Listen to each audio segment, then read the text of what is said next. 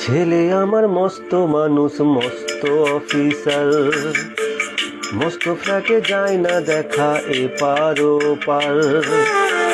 ছেলে আমার মস্ত মানুষ, মস্ত অফিসার, মস্ত ফ্ল্যাটে যায় না দেখা এপার ওপার। নানা রকম জিনিস আর আসবাব দামি দামি, সবচেয়ে কম দামি ছিলাম একমাত্র আমি।